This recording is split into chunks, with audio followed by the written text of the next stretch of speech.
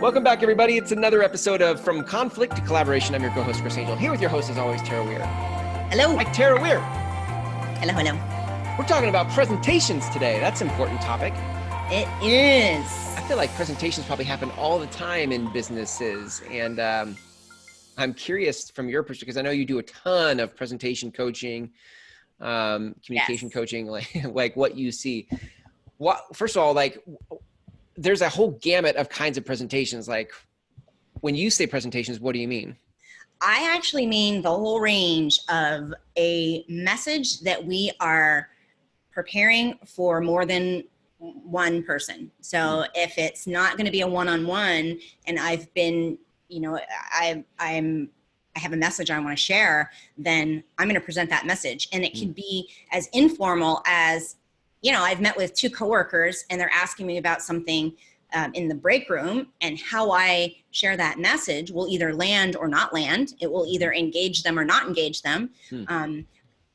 And all the way up to, I've been asked by the executive team to bring a presentation about the new program we've put together that is crucial to the success of the business. And I have 45 minutes to present this idea and really get them on board for continuing to invest in it. Yeah. I always think of presentations as like standing in front of a room with a PowerPoint or something, but we've had past conversations too, where it could even just be a meeting. Like we're all sitting around a boardroom table. Nobody's standing with a PowerPoint, but it's your 10 minutes in the agenda. Right. And you got 10 minutes, like you better make it count. Right. And truly, those 10 minutes, you can either get them on board or you can completely turn them off. Yeah, right? Seriously. And truly, whether or not they're your audience, like your customer, right? Regardless, being able to articulate our message and have people understand it, to be on board with it, and then maybe even motivated into action, that's huge. As my coworkers, I'm sharing with my coworkers, that's important too. I want them to be able to understand and really help articulate my message or whatever it is I'm bringing, and then to help them with that clarity be motivated to take action along with me, because that's, we're trying to get people behind us. Yeah, absolutely. I love it. So walk me through some of the challenges that you see when you encounter people in presentations. Well, more than not, it's nerve provoking, right? Nervous provoking for people. Often people say, I'm great one-on-one, but as soon as there's more than one person I'm talking to and I have to prepare my messages, I panic. And I know this stuff, but I panic. So that's very common. Very, very That's common. Interesting. I can, somebody who says, I know this stuff, but then they panic. I would imagine the presentation isn't great, even though they know it, because they're panicky in the presentation of it. It doesn't come off. And then they probably kick themselves after it's over. They're like, why did I say that? I could have said it this way. I totally messed it up. That is one of the things I work so much on with my clients, because when they're done, how we process when we've finished can really impact whether we learn or not. And most of them don't tend to learn until I start working with them. They don't seem to be able to improve until we start working together, because of the mindset that happens right when they're finished. Because A, I know this stuff. B, why did I let my nerves get to me? C, I should have done X through 2,700 things differently. Right. Why did I leave that out? Why did I include that?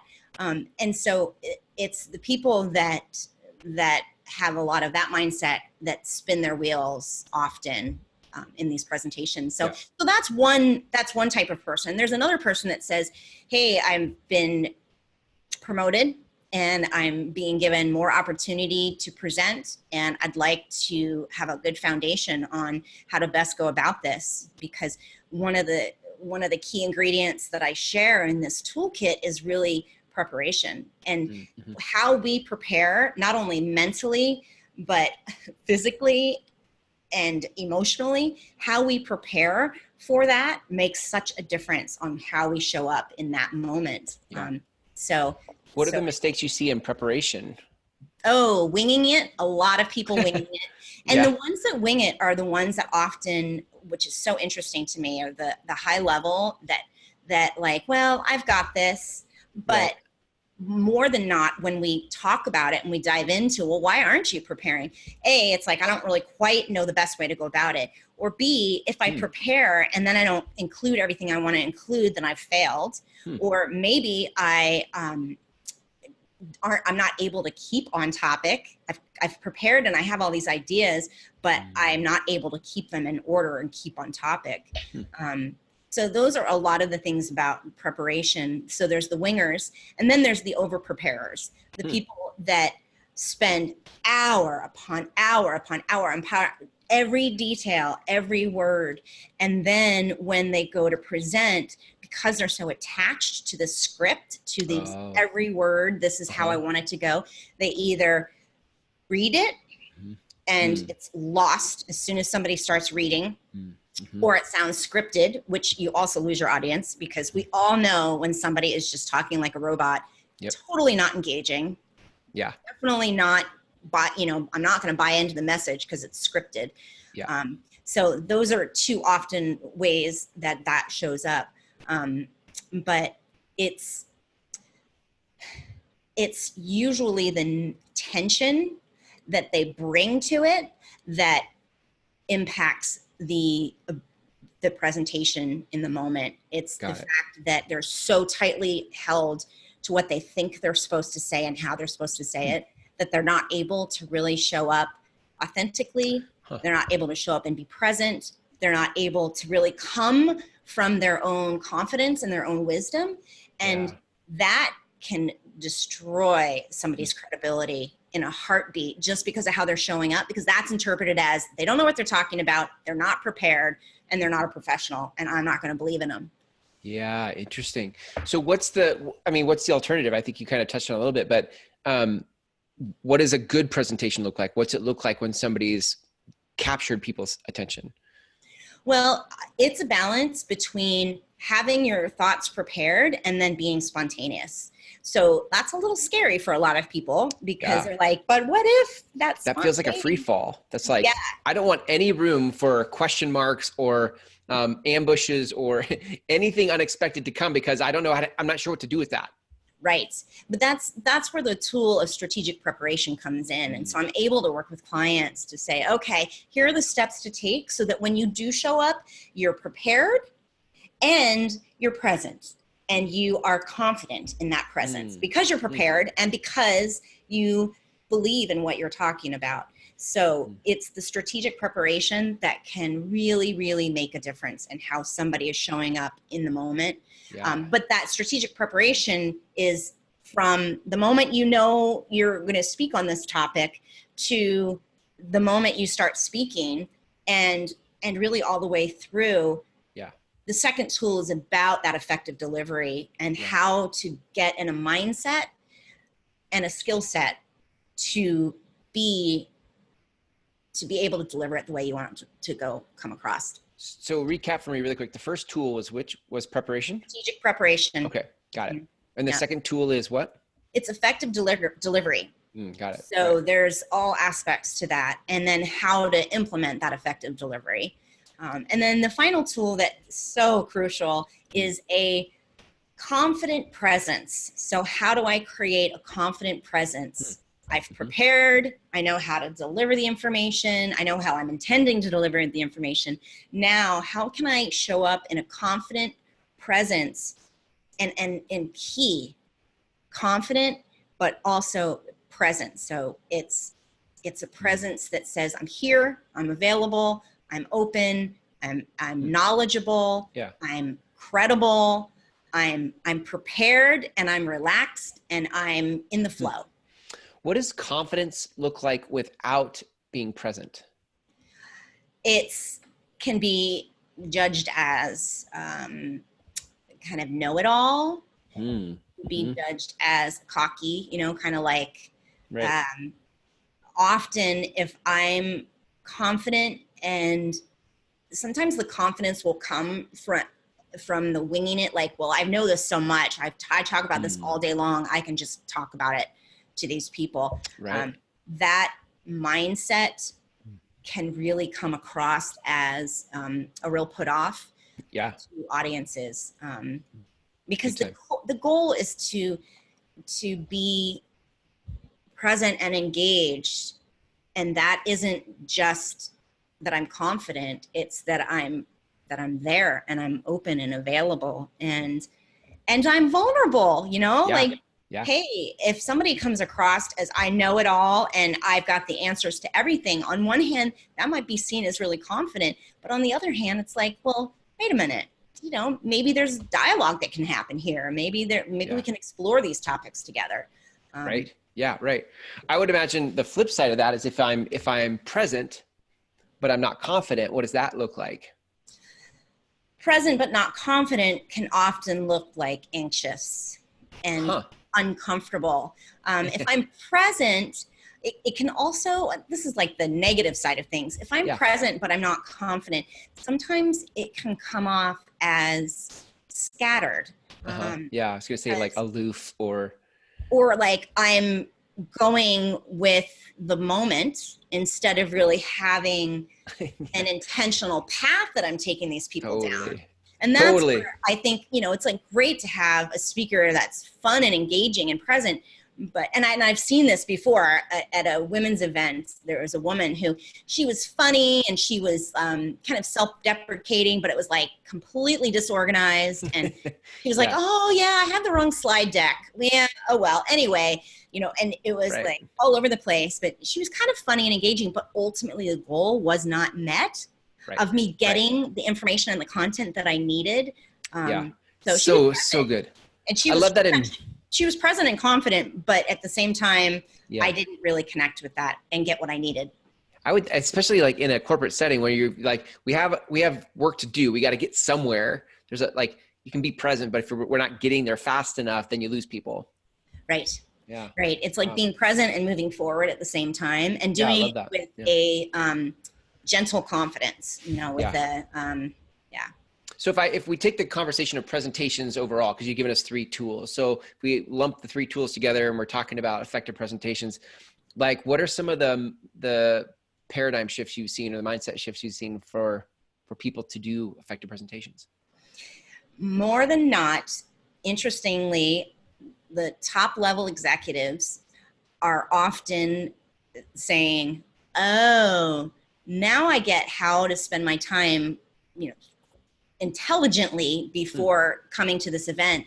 But I do know this, like I do have this under my belt, and the few minor steps of preparation make all the difference. So their confidence often, one of the results is their confidence goes up, but it's often because they had these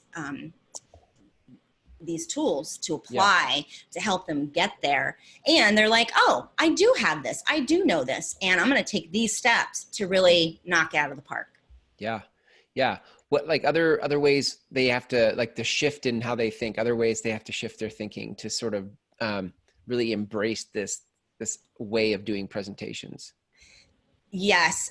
Well, I think one of them, which I've already said, which is there's a balance, and I'm aiming for the middle ground between prepared and spontaneous, prepared and present. That's good. Yeah.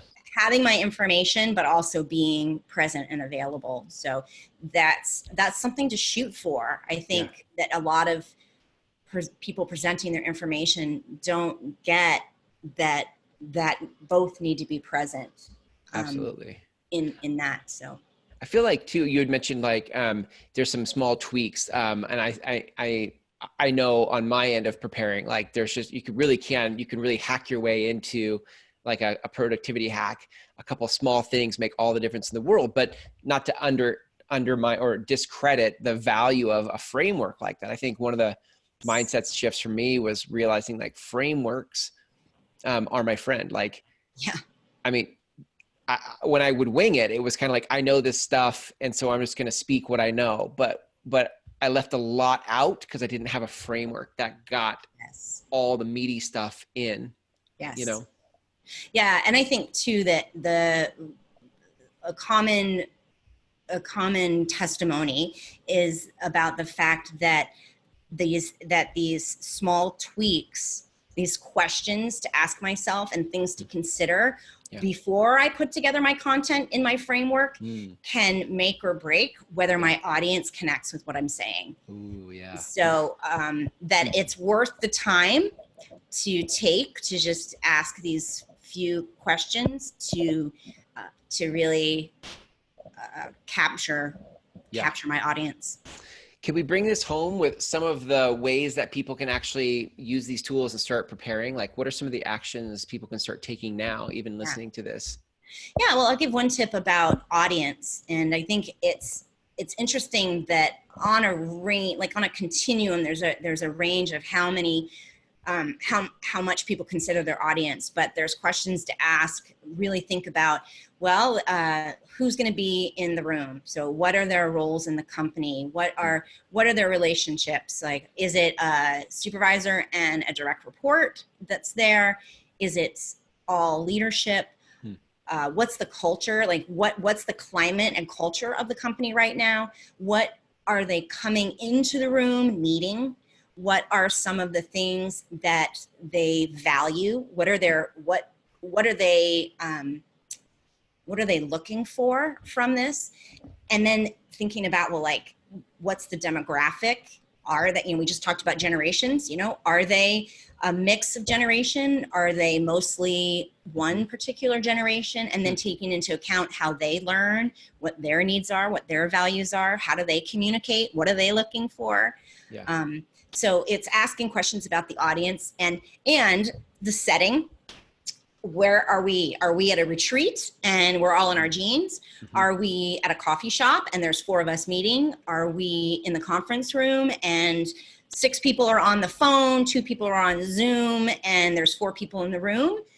What do I need to consider about that? How am I going to engage all these different people and ways?